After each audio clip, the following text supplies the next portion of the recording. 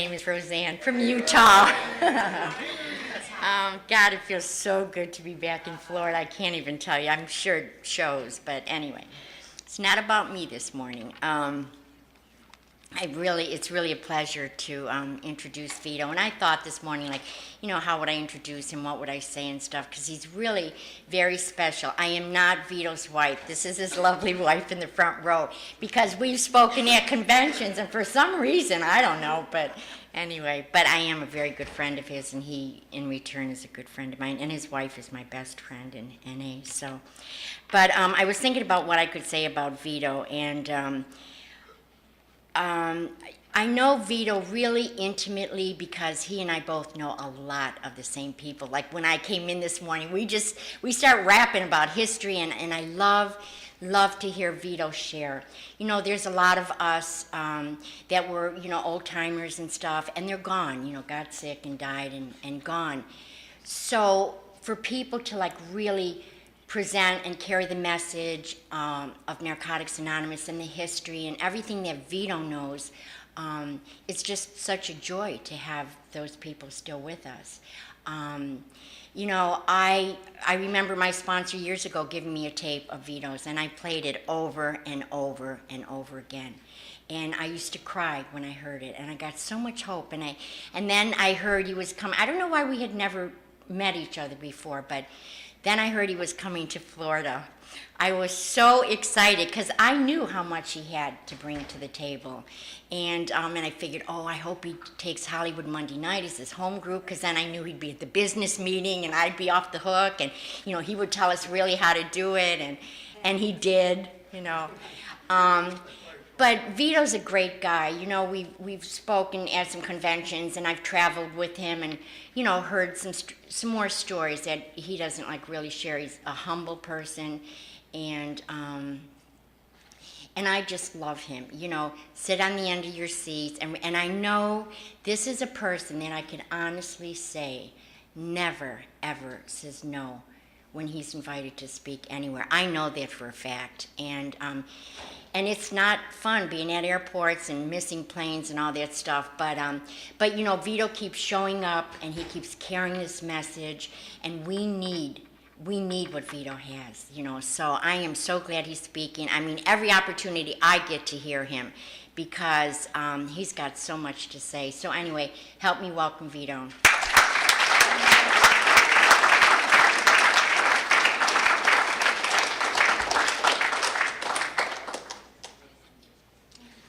I'm an addict called Vito. Hi, family. I'd like to thank the convention committee for asking me to do this workshop. I'd like to thank the God of my understanding, because without that relationship, I wouldn't be here today. And I'd like to thank the Fellowship of Narcotics Anonymous, because they gave me a life a long time ago and still continue to give me a life on a daily basis. They asked me to do this workshop on traditions, and I'm going to do it, but a little different slant. Because, traditions, they often referred to as being the glue that holds this whole thing together, and that's very true. But if you stay around here long enough and you participate in a home group and you internalize the traditions, you find out they're spiritual principles that are guidelines for relationships in all areas of our life. With family, romantically, on the job, and so forth. And most of us do discover that if we stay around in service long enough, and we find out those principles that kept us coming back to service and getting along with people are the very same principles that we use in our daily relationships with everybody else. But if you don't have a home group, you cannot serve this fellowship, because, we never become really members of Narcotics Anonymous. We become members of Narcotics Anonymous home groups. That's how we express our membership. When we want to vote on things, whether it be area, world, region, or whatever it is, that expression, that vote, that way that we exercise membership is through the NA home group. So unfortunately, if you don't have a home group and participate on it, I hate to tell you, you're a visitor.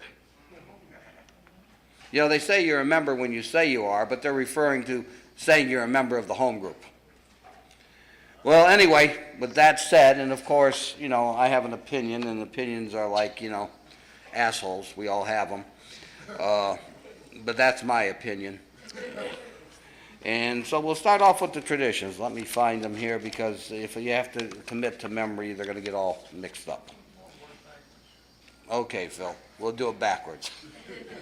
I got Phil Chocolate critiquing me, so I got to stay on my toes.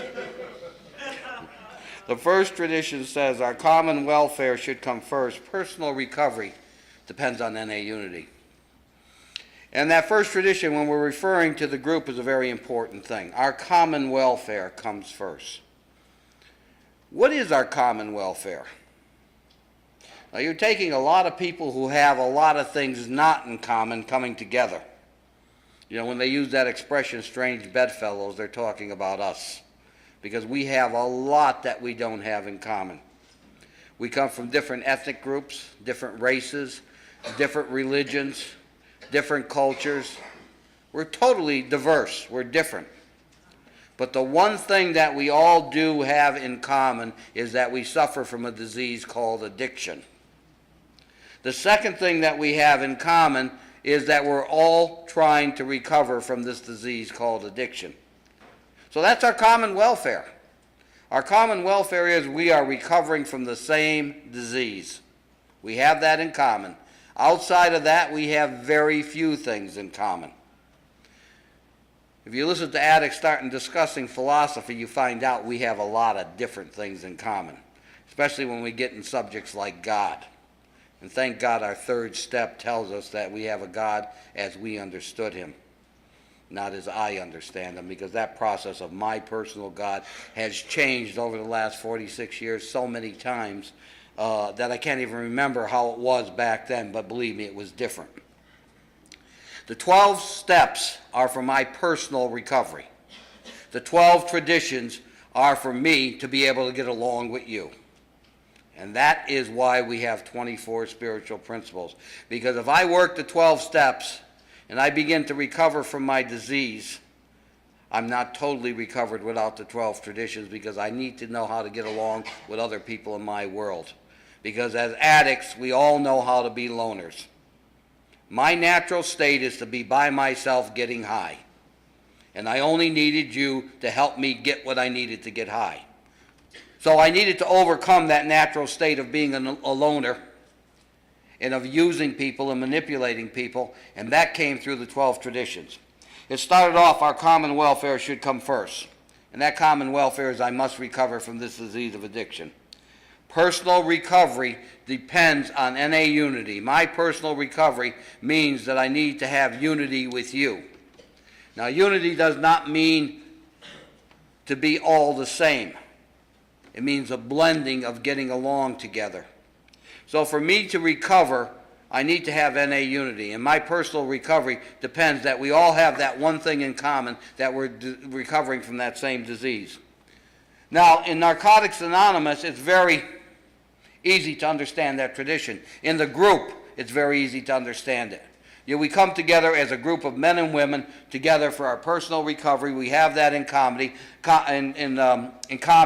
and we need to get better together. That's a very thing. And I learned that if I belong to a home group and I participate in that home group, I learn how to get along with you, because if anybody's ever been to a service meeting, and I'm sure we all have here, we know that it's very hard for us to disagree without being disagreeable. We want to get our 2 cents in, and we want to convince you that my 2 cents is smarter than your 2 cents. But when I know that my common welfare depends on it, my personal recovery is, I learn to use that first step in my life, and I need to surrender. And that's why you could see addicts going at each other like they were going to kill each other, and then in the parking lot hug each other. Because that's the first tradition in action. And so we learn how to get along with the other people in our home groups. But let's take that principle now, and let's take it out of the home group, and let's take it out into a personal relationship. And when we're in that personal relationship, let's ask ourselves, what is our common welfare? And that common welfare is that that relationship succeeds. Because why are we in it in the first place? If we don't want to have a relationship be a success, then we shouldn't be in that relationship. We're practicing old patterns of I'm using another person. So if you're clean and you put down drugs and you're using another person, you've got to take a look at your program. But if we take that and this relationship must succeed, the common welfare is success in that relationship. And my own personal recovery in that relationship depends on having unity in that relationship. Me and the person that I'm in a relationship with must be on the same page.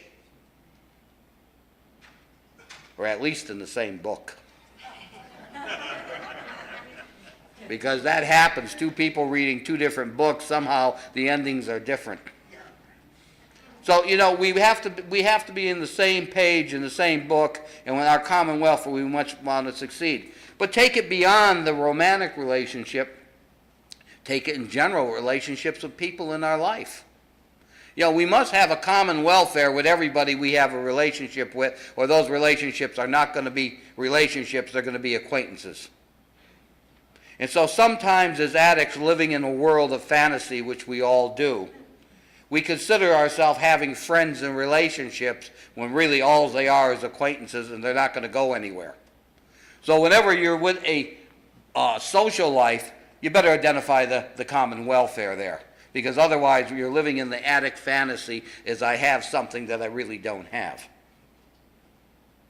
And when we get into employment, and us as addicts, we have hard times with employment, especially in early recovery, because we know more than our bosses and our companies.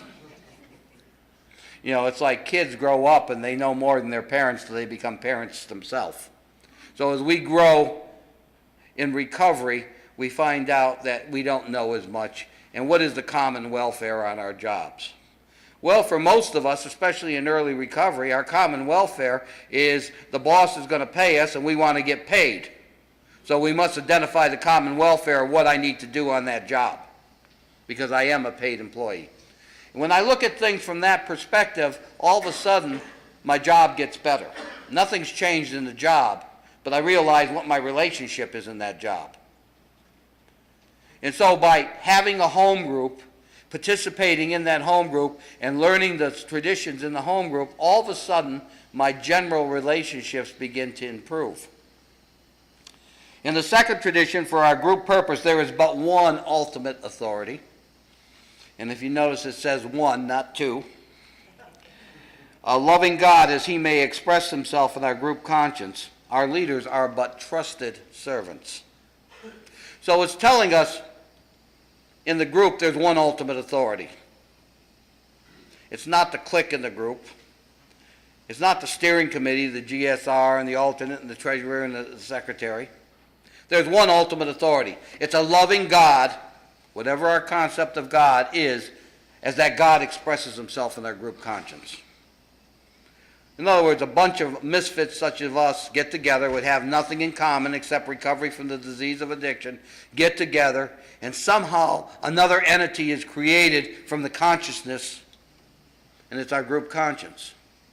And what do we do with that group conscience or ultimate authority? Because that's what the group conscience is ultimate authority.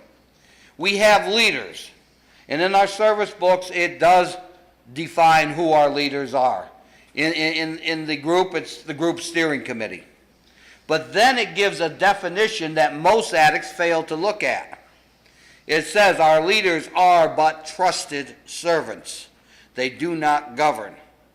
And we've all heard that manipulation there. Well, he's a trusted servant, she's a trusted servant, we need to trust them. That is not what it's saying. It said our trusted servants do not govern. The word govern means make decisions for somebody else. So that second tradition tells leadership in Narcotics Anonymous is not making decisions for its members. It said our leaders are but trusted servants. They do not govern. They're talking about being trusted servants to take that ultimate authority or that group conscience and carrying it to the next level of service. Our leaders do not make decisions for us. They are trusted to carry our decision of group conscience. And I know sometimes people say, well, there are situations come up where they don't have conscience and they don't know what our vote is. And it's very simple. It's called abstaining. You don't have to vote yes, and you don't have to vote. You abstain. I don't know what my group conscience is. And that's why you'll hear a lot of groups at area meetings, for instance, say, well, we have to take this back to our groups. Because how the hell could they vote on anything without taking it back to the groups? And I'm not talking about simple business matters as we got to pay a bill. I mean, that's something totally different. I'm talking group conscience matters. But if we have a home group and we participate in it and we learn that second tradition and we take it outside the group and into the spirit of what it was written for, and so let's say, for instance, we take it into a personal romantic relationship we have, husband, wife, or long-term relationship, or whatever it may be. And you use that same thing. You say, for our relationship purpose, there's but one ultimate authority, a loving God, as he may express himself in our relationship. Our leaders are trusted servants. They do not govern. The group conscience within relationships have had many names through the years. Family meetings, relationship meetings. But basically, if two people have a relationship, and it's a fair relationship, and it's a partnership, which relationships really are, there should be a group conscience for the good of that particular relationship. And even though all relationships have leaders, where one may be a leader as far as paying bills or making decisions on certain things, they are still trusted servants, trusted to carry the group conscience of that relationship. And isn't it funny that couples that practice that second tradition in their relationships flourish and get better? See, the first tradition establishes what the success and what's common in a relationship and tells you whether you belong in it or not. Because if you don't have a common goal and a place to go, you shouldn't be in that relationship in the first place. And as Mark the comedian says, I'm not judging, I'm just saying. You really shouldn't be in that relationship because it's doomed for failure, because you don't have any really common welfare in it. But if you do, and you make that decision, and who's ever leading in that aspect of that relationship is trusted to carry out what the two of you decided, and not govern or make decisions for each other, all of a sudden the relationships get better. And isn't it funny if you have other types of relationships and you really have relationships, not acquaintances, and you get together and you talk about what you want to do and so forth, and sort of a group conscience, those relationships get better? Now on the job it's a little bit different, because the ultimate authority on the job is the boss. He's paying the bills. But still, if you determine what the common welfare as far as your relationship between him and you go, your relationships on the job get better. The third tradition says the only requirement for membership is a desire to stop using. Now, at one time in the history of our fellowship, that tradition read a little bit different. It used to read, the only requirement for membership is an honest desire to stop using. And as addicts, we took that word honest and we really dope fiend the hell out of it, because we decided who had the honest desire and who didn't. And who the hell are we to judge what's going on in somebody's head, their consciousness? So I believe it was in 87 or something like that, we removed the word honest, and it reads, the only requirement for membership is a desire to stop using. And, you know, sometimes we look at people that relapse and, you know, we want to judge them, and we say, oh, he doesn't really have a desire to stop using. He's relapsing every 2 months. Well, I'll disagree with that, because if a person relapses and they show up at an NA meeting, they have a pretty damn strong desire to stop using. Because you know how much courage it takes after being here for a while and relapsing and showing back up and facing the people? That's a desire to stop using. And I don't have the right to judge anybody. You see, in our fellowship, it says you are a member when you say you are, and that means you're going up and you're joining that home group. But it doesn't say you have to be clean to be a member of this fellowship, and that's where a lot of people make a mistake. You cannot serve this fellowship if you are not totally absent. You cannot serve it. You cannot speak. You cannot be an officer. You cannot serve Narcotics Anonymous. But you certainly could come in here and be a member if you have a desire to stop using, which means you can participate in group conscience. We don't have the right to make anybody second-class membership. They have a right to be a member. They just cannot serve the fellowship. We have people who are on methadone maintenance. They're not clean. They're not abstinent, but they can still be a member of this fellowship. They just cannot serve it. You see, the only requirement is a desire to stop using. And that's what we need to do. You see, what that is called in plain English is unconditional love. And we need to learn unconditional love. And the best illustration of that is watch a dog who's been mistreated. They'll still love you to pieces. Unconditional love. And because somebody relapses or is on maintenance, we cannot stop loving them.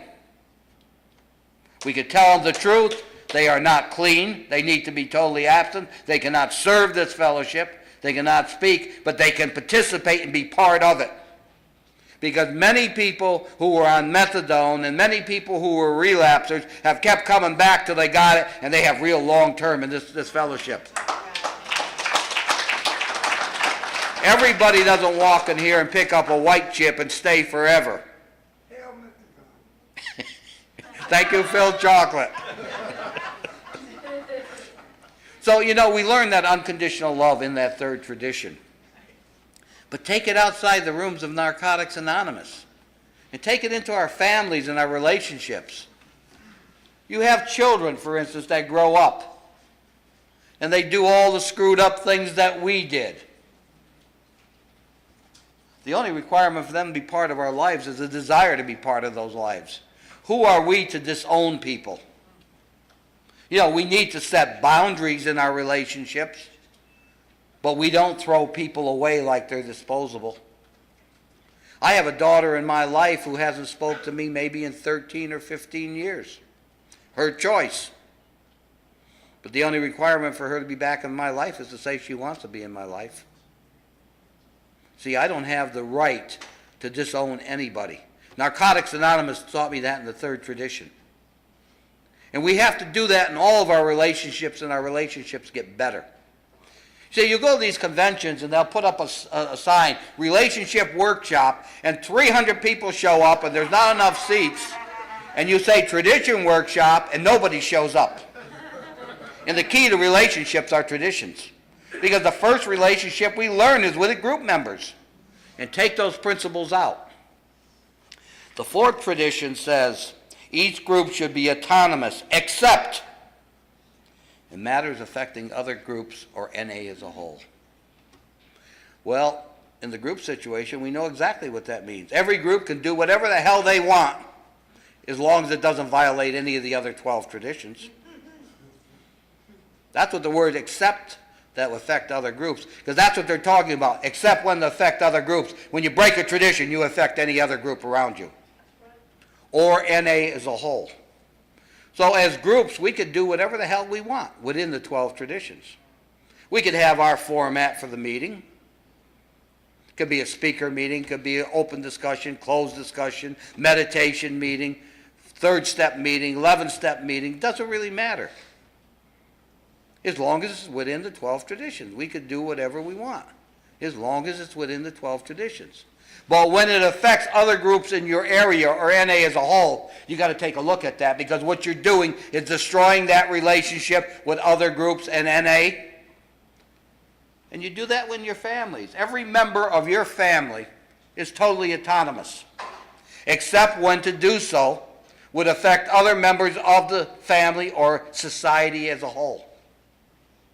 Which means we could be individuals within a relationship, within a family, and we could do anything that we want with our lives, as long as it doesn't affect the other members of the relationship or family, or society at large. So the freedom that the group does from following the traditions, the freedom of any relationship has. You see, if I do something in my relationship that affects my wife, it's affecting my relationship. Just like if an NA group does something that affects another NA group or NA as a whole. When we learn that there is glue that keeps everything together, our relationships get better.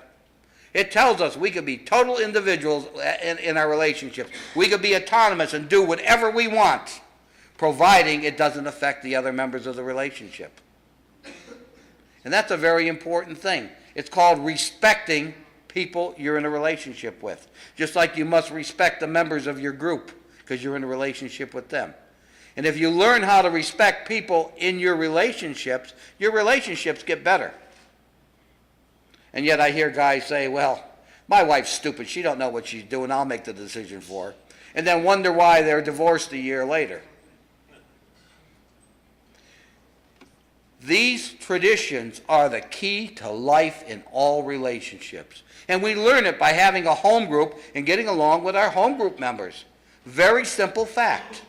And people have come to this fellowship and joined the home group and got involved and didn't know the principles behind the traditions, but yet they were there subconsciously and went out and had great relationships because they learned it by participating in their home groups, in their areas, in their regions.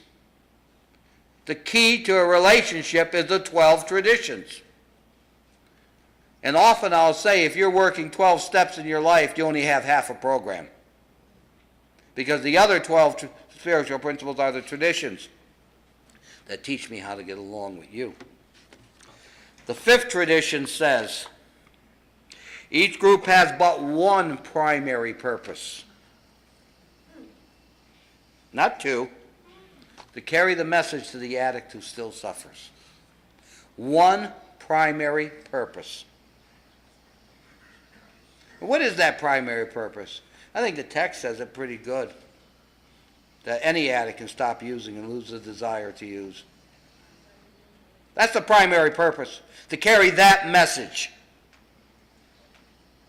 And I think the group is the strongest vehicle in the world to carry that. The text refers to the group as being the ultimate weapon against the disease of addiction.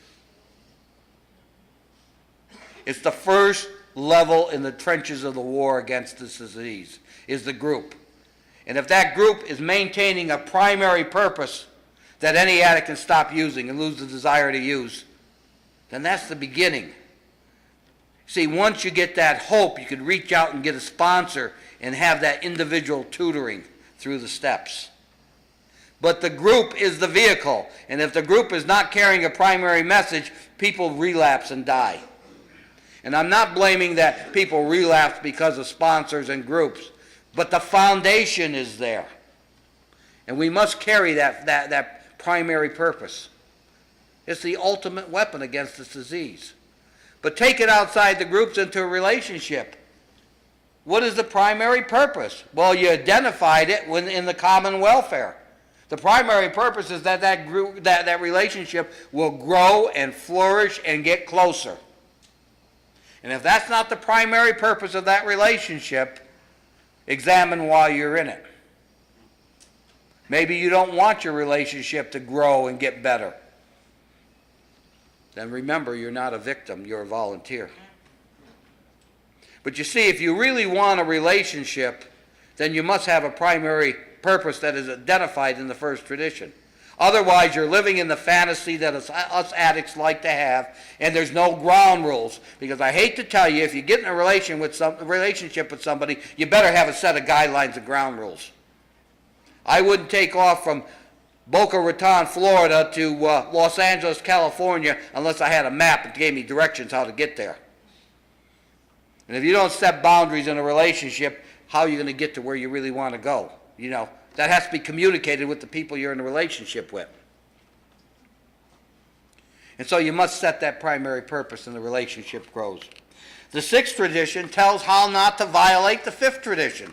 We identified a primary purpose in the 5th tradition. The 6th tradition says, an NA group ought never endorse, finance, or lend the NA name to any related facility or outside enterprise, lest problems of money, property, and prestige divert us from our primary purpose. And it's telling us in NA what the things we should not do because we will divert from our primary purpose of carrying that message to the addict.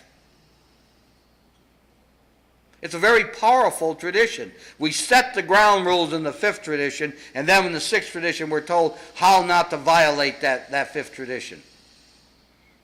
And of course that can be taken to extremes, because I heard people make statements such as, if somebody goes to another fellowship and they speak at our meetings, it's diverting us, and that's not what it's saying. Because if you read the last paragraph of the sixth tradition in the basic text, where it says we ought not use speakers from other fellowships, what they're saying is not that a person can't go to more than one fellowship. What they're saying is when they speak at Narcotics Anonymous, the message is clear, Narcotics Anonymous message.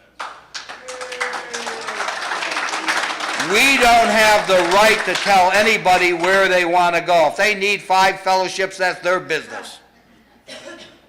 That's their business. But we do have a right to say what goes on here. If you're speaking at a Narcotics Anonymous meeting, whatever it is, function, it need be a Narcotics Anonymous message. Simple. Where else you go is your business. This is not a police force. You know, they talk about the whole ultimate thing for recovery is to be free, happy, joyous, and free. Well, if I'm going to tell you what you can do in your personal life, I don't see how you can be happy, joyous, and free. But I can tell you what you're going to do in the rooms of Narcotics Anonymous, because we have traditions. It's not to violate any of the other traditions. Do whatever you want in your life. It's your business. It's your program. Don't take our message anywhere else, and don't bring any other message here. It belongs here. But take that into our own relationships, how not to divert for what we have in our primary purpose in our relationship. Allow everybody in that relationship their autonomy to be themselves. I don't care what the Joneses are doing in their relationship, and I don't care what the Smiths do in their relationship. I care about what's going on in my relationship, and that I stick to the primary purpose of the guidelines that we set. And the relationship seems to grow and get better. Because what it's doing is fostering love and intimacy and knowing where I'm going. The seventh tradition, talking about for the group, every NA group ought to be fully self-supporting, declining outside contributions. Well, there's a reason for that. If a group went to a church and rented that church building and was going to have meetings there, and the pastor or the priest or the reverend of that particular church or the rabbi comes by and say, hey, look, you guys are great. You're doing a good job in NA. I'm 100% what you're doing, and I like it so much you can have this meeting space absolutely free because you guys are doing good. And if we took him up on that offer, 4 months later he comes down with his books and starts preaching to us. I mean, after all, it's his place. But if we're self-supporting and we pay him rent, that hour or 2 hours that we're there is our place. We paid for it. And nobody can come in and carry any other message because it was rented by that Narcotics Anonymous group. That's why we must be self-supporting. We must learn to pay our way. And I have known groups that started and had no money, and they had to rent a place, and they didn't have money to pay for it. But what they did to the church is, look, we're going to paint your building, we're going to scrub your floors, we're going to do these repairs. They're paying through work until enough cash flow came in that they could pay in cash. We never take something for nothing. There's more ways of paying than money. And I've seen, thank you. I've seen addicts come out with the paintbrushes in the attics, and the church got thousands of dollars worth of repairs from those addicts, but those addicts paid for that meeting space until the meeting was able to pay on its own. And in our relationships, we need to be self-supporting. How many addicts move in with a girl because they need somebody to take care of them? They're looking for mama. Happens all the time. You know, they say about a lot of men, they just move from mama's house to girlfriend's house. Bring the laundry with you. And I mean, there are circumstances where people have hard times, and on a temporary basis, all that stuff is good. There's nothing wrong with helping somebody in a relationship as long as the efforts are made to go the other way. And that's why by participating in the group and learning to be self-supporting, we learn to be self-supporting in our relationships. You know, when you pay your own way, it's a good feeling. There's pride and so forth. The worst thing that can happen in a relationship where one stops trying to be self-supporting and allows somebody else to carry the weight. And that's called enabling. And if we're working the 12 steps, we should not be enable another person because we love them enough for them to learn from their mistakes. But if we didn't belong to a home group and watch the home group operate, we wouldn't be able to do that. The ninth tradition, I'm jumping ahead. We're going to have 8 here. Narcotics Anonymous should remain forever non-professional, but our service centers may employ special workers. And that's pretty self-explanatory. We have no professionals in Narcotics Anonymous. You know, if this convention wants to put on, they hire people to make the banner and to make flyers and stuff like that. Special workers, we hire. We don't have a special event person that is part of Narcotics Anonymous, although we can wear many hats, but we're not professionals. We don't open up a meeting and say, the topic today is recovery, and our professional resident here with the PhD is now going to lead the meeting. It's led by addicts. We have no professionals. But if we, as Narcotics Anonymous on a group level area convention committee, need special workers, we can employ them. Thank God we have a 7th tradition to be able to do that. See, we're self-supporting. But it's also more important when we come into a meeting, everybody sitting in that room is totally different. We have doctors, lawyers, candlestick makers. We have all kinds of people sitting in those meetings. And whatever they do outside the meeting and whatever letters they have after their name means nothing because everybody's name at that meeting is addict. So whether you're a doctor or you're a lawyer or an accountant means absolutely nothing in Narcotics Anonymous. We have no professionals. We have just addicts sitting around the meeting. That's a sense of anonymity, of sameness, being one. Well, what about your romantic relationships? Do you have boss and servant? Some relationships try that. They usually don't last. But if everybody is equal in that relationship, you have no professional bosses in that relationship. Everybody's just equal in that relationship, a true partnership. The relationship gets better. Because if your relationship hasn't developed and your special relationship into a partnership, you're still that same dope fiend from the street corner. And I know there are people who've been around a long time and still fit that mold. Maybe it's time they start working the traditions in their life. Because you know, relationships that are not partnerships are not relationships. I believe everybody has, you can disagree in a relationship. You can even argue in a relationship. That's okay. But you got to be fair. And you got to be able to stick to the topic that you argue with. I think one of the worst things that people do when they fight with each other is to fight unfair and bring up stuff that happened last month, last year, 10 years ago, and forget about what you're arguing about now. There isn't a relationship in the world that is not going to have arguments. But fight about what you're fighting about and not to hurt. Because sometimes you need to clear the air to make a partnership work.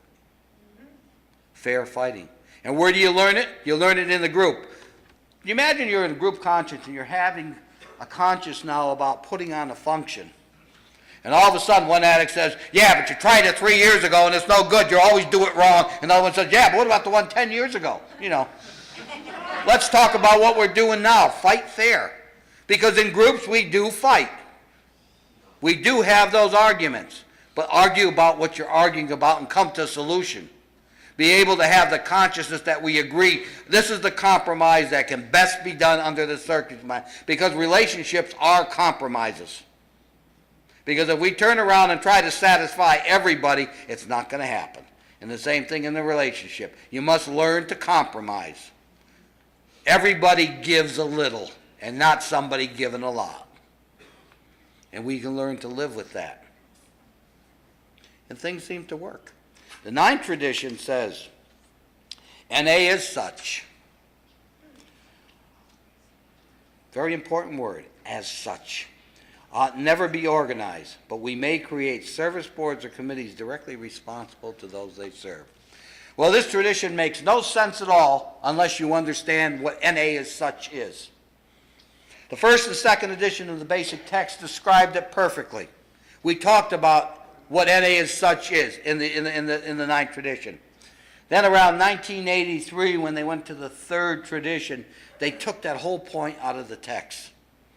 And some of us addicts went ballistic, because we always go ballistic when we don't get our own way, especially in early recovery. But you know, God, in God's ultimate wisdom, whatever God is, knows what to do. Because you know, addicts tried to get it put back in and couldn't get it put back in. And God decided when he put out the book, How It Works and Why, NA as such appeared in there. So it all happens right. Anything that's done wrong, if addicts do something that's wrong, like take something out that shouldn't be out, God will put it back in somewhere else. So 20 years later, and How It Works and Why is explanation again what NA as such is. What NA as such is the recovery meeting. When we have a recovery meeting, that is NA as such. We don't stop that recovery meeting in the middle of it and say, time out, time for a group conscience. Time out, we need to discuss what's going on here.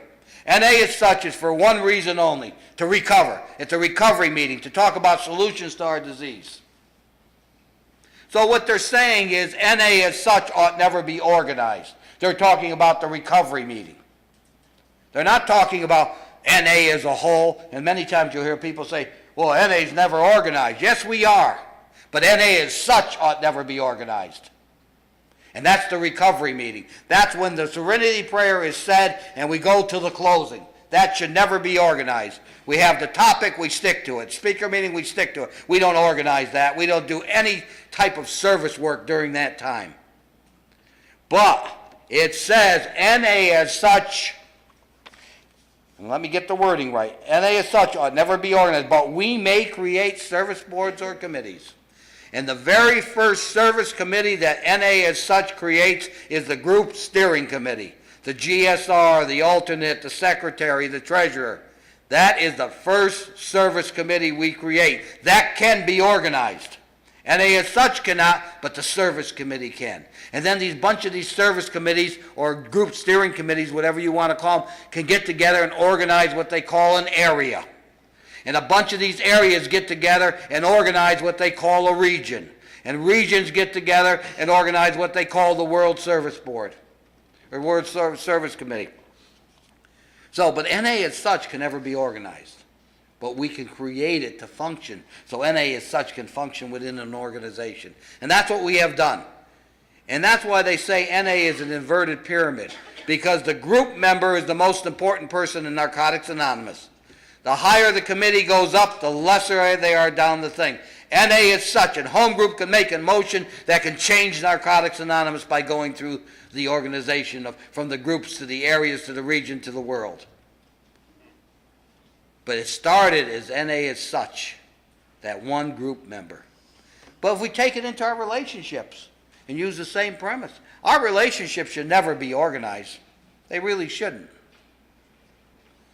But the members of that relationship can organize a plan. Who's going to pay the bills? Who's going to do these chores? Who's going to do that? That can be organized. But the relationship should never be organized. It should be a loving committee between two people. And the relationships flourish. And 10, 11, and 12 is how we maintain those relationships. Number 10 says Narcotics Anonymous has no opinion on outside issues. Hence, the NA name ought never be drawn into public controversy. NA has no opinion on, we have plenty of opinions on inside issues. We have opinions of what go on inside our rooms, but we don't have an opinion on outside issues. We don't have opinions what other fellowships do. We don't have an opinion on what politics does or religions do. None of that stuff is all outside issues. We focus on what's going on within our fellowship. It's all inside things. In other words, we're told to mind our own business. And if we take that same principle and apply it into our families, our relationships, my relationship or my family has no opinion on outside issues. I don't care what the Joneses are doing next door and the Smiths on the other side and the Browns behind me. I have no opinion what's going on inside their houses. Isn't it funny that my relationship can still function with them and we still can be, hi, how are you doing? But if I had an opinion what the Joneses were doing and I left my house and I knocked on their door and says, I don't like the way you're treating your wife.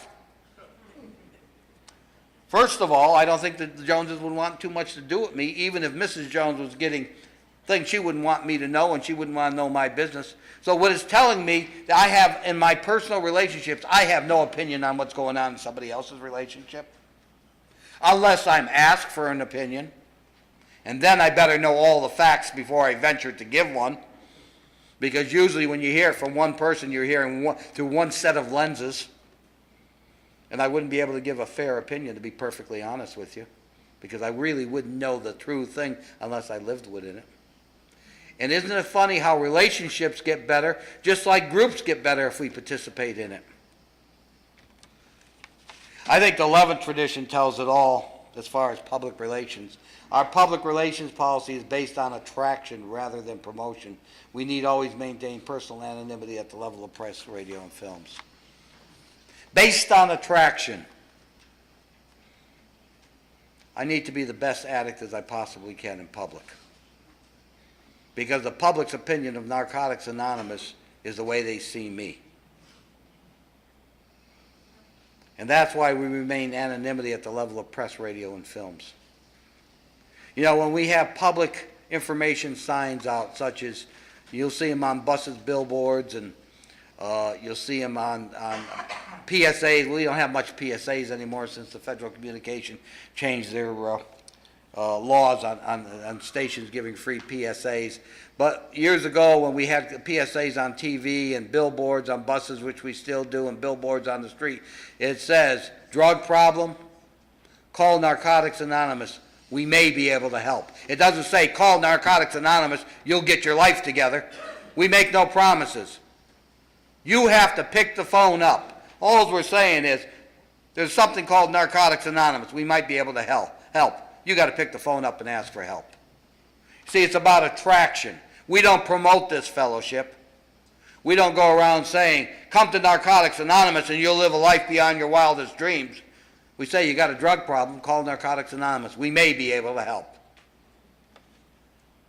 The attraction is there. We might be able to help. Not that we can. We don't promote this fellowship. There are a lot of people that need this fellowship, but we only want the people who want it. And see, there's a difference between somebody needing it and wanting it. How many times have the courts committed people to come to Narcotics Anonymous and they don't want what we have to offer? They're not going to get it. But those that come and want what we have to offer, their chances of getting what we have are very high. And we can walk down any street and we can see many people that need us. But the only people that are going to get it are those that want it. It's called attraction. And isn't that what we're doing in our personal relationships? We don't promote people to come into our relationships. They're attracted by what they see. And if they see disease, the only thing that's going to be attracted towards disease is disease. Like begots like. So, you know, if you had a relationship with Charlie or Linda, and you switched to Joe and Susie, and Joe and Susie have the same characteristics as Charlie and Linda, and you keep switching, you're calling the same people into your life by different names. You might have to work on yourself through the 12 steps to make that change in your life to attract something different. That's why we have 12 steps and 12 traditions.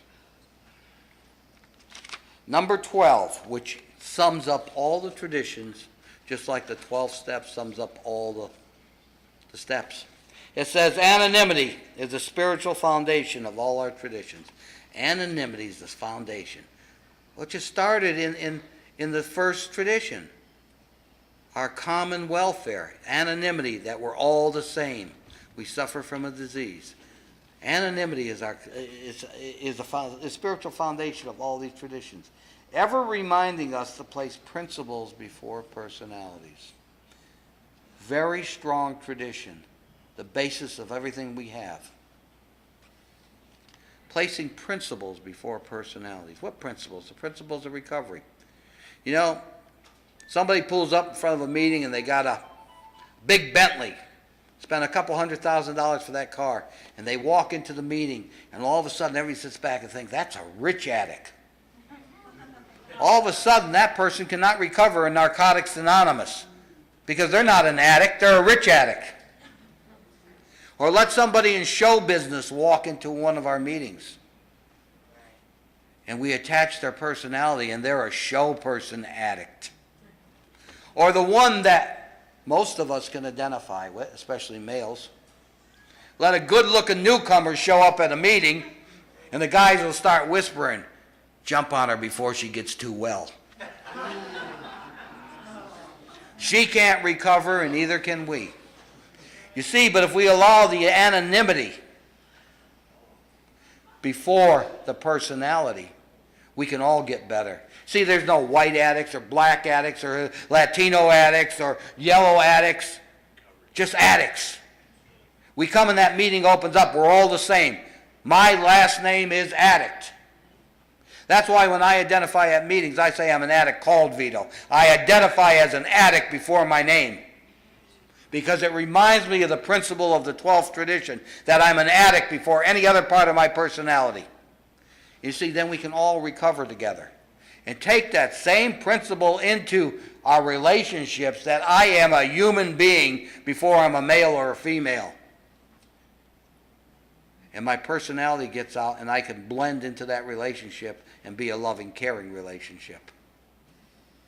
It's very important. These traditions are the key to relationships.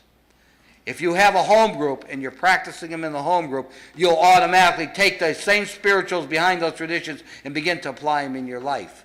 But if you understand what those spiritual principles are and begin to work on them, your relationships can get better a lot faster, because they're the key to have a healthy relationship. And if you don't have a healthy relationship, examine where you've gone wrong. Could it be maybe the success of the relationship wasn't established right at the beginning? Or maybe you don't want to be self-supporting. Or maybe you want to govern and control others. But whatever the failure is in the relationship, you'll find the answer in the traditions. And that answer may be you can change it, or that answer may be you don't belong in that particular relationship. Thanks for letting me share.